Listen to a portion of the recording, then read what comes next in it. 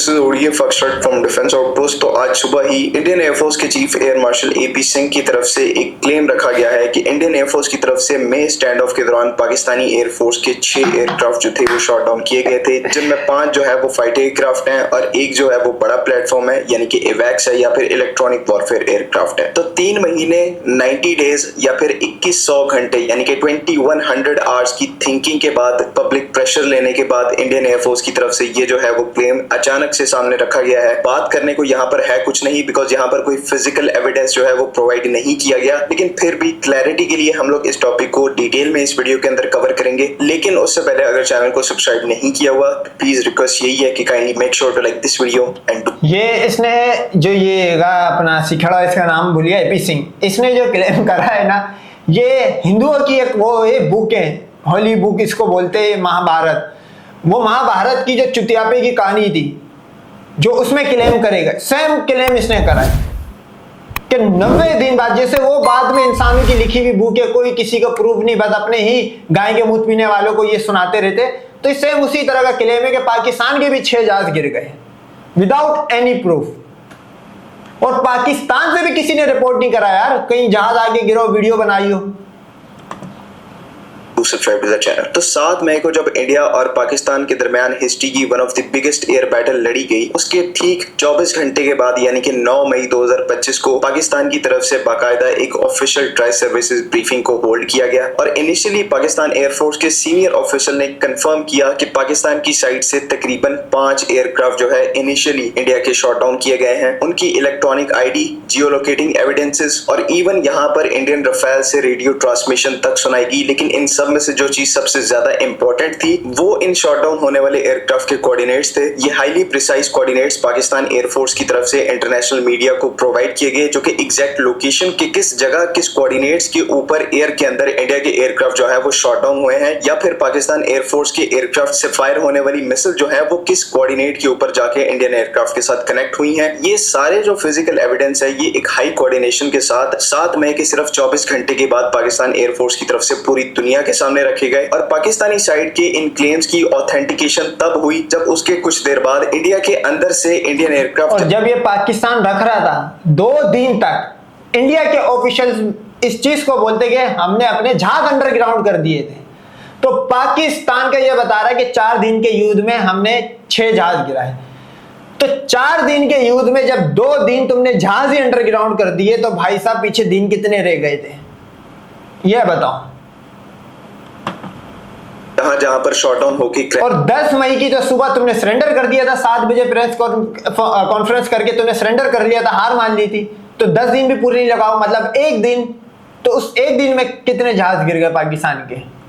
Crash हुए हैं, उन क्रैश साइट की वीडियोस और पिक्चर एविडेंस आना शुरू हो गए। इनमें से 4 से 5 जो क्रैश साइट्स हैं वो ऑक्यूपाइड जम्मू एंड कश्मीर की टेरिटरी में जो है वो मिली, और एक जो क्रैश साइट है वो इंडिया की पंजाब स्टेट के अंदर बठिंडा का जो इलाका है वहां पर स्पॉट हुई, जहां पर इनका रफेल एयरक्राफ्ट शॉट डाउन होकर क्रैश हुआ था। तो न सिर्फ यहाँ पर पाकिस्तानी साइड से एक क्लेम किया गया, उसके एविडेंस प्रोवाइड किए गए, बल्कि फिजिकल जो ऑन ग्राउंड ऑथेंटिकेशन है क्रैश साइट्स की वो इंडिया के अंदर से क्रैश साइट की विजुअल्स और उनकी इमेजेस के तौर पर मिली। और यही वजह है कि इस टाइम के ऊपर पूरा सोशल मीडिया, और अभी तक इस सिकड़े ने आगे झूठ तो बोल दिया कि भाई साहब जहाज गिरे, अभी तक शिवानगी सिंह का नहीं पता लगा वो कहां है, अभी तक नहीं पता लगा है, ना उसकी फैमिली को मीडिया पे आने दिया जा रहा। तो ये भी एक क्रोनोलॉजी है समझदार के लिए। पूरा इंटरनेशनल मीडिया जो है वो पाकिस्तान एयरफोर्स की क्लेम को ज्यादा उठा रहा है, बिकॉज ये एक ऑथेंटिकेटेड क्लेम है। अब इंडियन गवर्नमेंट और इंडियन एयरफोर्स जो है वो पिछले 3 महीने से मुसलसल इस सिचुएशन को एनालाइज कर रही थी कि अब यहाँ पर किया क्या जाए, बिकॉज पाकिस्तानी साइड से प्रॉपर प्रूफ जो है वो प्रोवाइड कर दिया गया था, और एक बड़ी अमाउंट में इंक्लूडिंग इंडिया की जो पूरी ऑपोजिशन है वो इस टाइम के ऊपर पूछना चाह रही थी कि हमने इस कॉम्बैट के अंदर कितने एयरक्राफ्ट लूज किए हैं। लेकिन इस चीज को ना तो इंडियन गवर्नमेंट की तरफ से रिप्लाई किया गया और ना ही इंडियन एयरफोर्स ने इसको एड्रेस करने की कोशिश की, बिकॉज अगर ये क्लेम करने बैठते तो इनके लॉसेस इतने ज्यादा हैं कि ये पब्लिक ह्यूमिलिएशन को फेस ना कर पाते जिनके सामने क्योंकि ये जहाज 6 तो गिरे भी नहीं है, ये कम से कम 17-18 जहाज इंडिया के तबाह हो गए। क्योंकि जब ख्वाजा आसिफ ने कल ये बोला ना क्या हो फिर गिनती करवाओ, तो गिनती के अंदर तो फिर इनकी और कहानी खराब है। ये 17-18 जहाज गिरे हुए इनके। उन्होंने एक ऐसी इमेज बिल्ड की है कि हमारे पास तो राफेल है, हम तो एक इनविंसिबल फोर्स हैं। तो अब बारी आती है कि ये जो इंडियन एयरफोर्स के चीफ की तरफ से खुद आकर आज 3 महीने के बाद क्लेम किया जा रहा है। इसकी मिसाल बताओ कैसी है। इसने मतलब शीशे में खड़ो के इसने अपनी बूंद देख के खुद मुठ मारी है।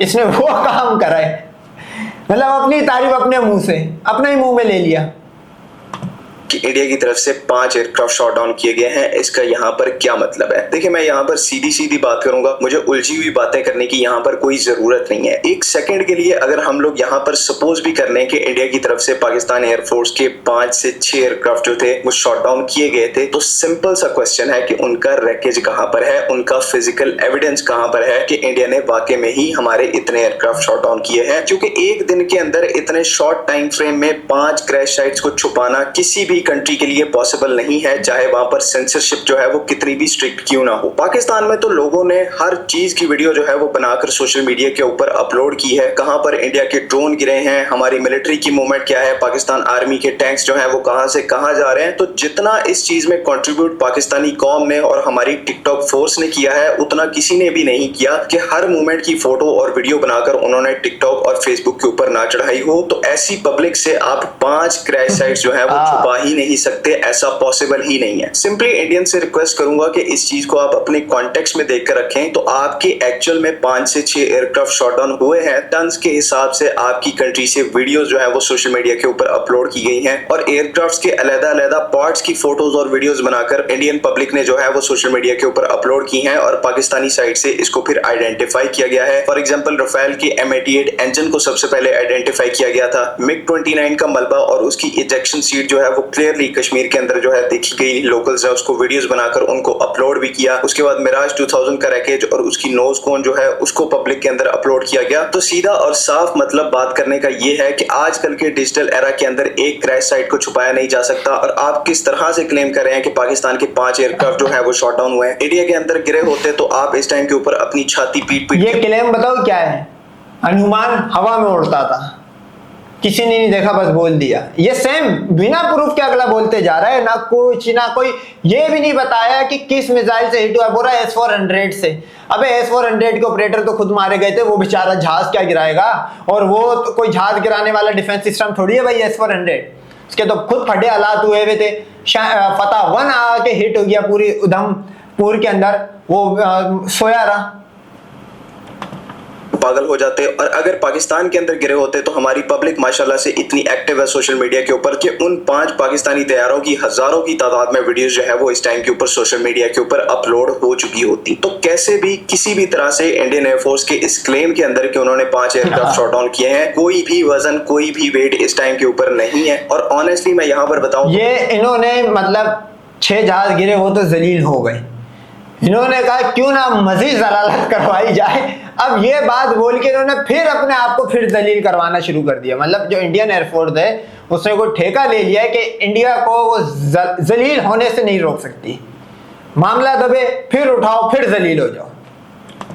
इंडियन एयरफोर्स के जो एयर चीफ हैं AP सिंह, उनको मैं एक हाई रिगार्ड के अंदर रखता हूं क्योंकि इन्होंने सामने आकर रैशनली तौर पर इंडियन एयरफोर्स के जितने भी इश्यूज है उनको पब्लिक में हाईलाइट किया है। तो आज से पहले तो उनको मैं एक हाई रिगार्ड के अंदर रखता था और इनसे कभी भी मैं ये एक्सपेक्ट नहीं था कर रहा कि ये इस तरह का ल्यूनेटिक क्लेम जो है बगैर किसी प्रूफ के ये मीडिया के ऊपर आकर करेंगे। तो इन्होंने तो उल्टा मेरी उम्मीदों पर पानी फेर दिया। बाकी आप लोग समझदार हैं, आप लोगों को उम्मीद है कि सारी सिचुएशन का आइडिया हो गया होगा। और लास्टली अब मैं यहाँ पर ये चीज भी कहूंगा कि अब इस टाइम के ऊपर हमें पता लग गया है कि इंडियन गवर्नमेंट और इवन इंडियन एयरफोर्स की तरफ से डिसइंफॉर्मेशन टैक्टिक्स को, प्रोपेगेंडा को इस्तेमाल किया जा रहा है। तो ये चीजें कहीं ना कहीं पाकिस्तान एयरफोर्स को मजबूर करेंगी कि वो और फिजिकल एविडेंस जो है वो लाकर पब्लिक के सामने रखें, जिसमें सैटेलाइट इमेजेस, रेडार इमेजेस और आपकी कुछ और भी सरप्राइज होंगे कि अगर इंडियन एयरफोर्स इसी तरह से डिसइंफॉर्मेशन टैक्टिक्स का इस्तेमाल जारी रखती है। तो अभी तो पब्लिक के अंदर हमने सिर्फ 20% प्रूफ जो है वो इंडियन डिस्ट्रक्शन का रिलीज किया है। वक्त आने पर हम 80% भी कर सकते हैं और तब इंडियन एयरफोर्स की जो पब्लिक परसेप्शन होगी वो बिल्कुल ही जमीन बोस हो जाएगी। तो आने वाला जो टाइम है वो काफी ज्यादा इंटरेस्टिंग है और इससे रिलेटेड अपडेट जो है वो फ्यूचर में हम आपको प्रोवाइड करते रहेंगे। आज के लिए बस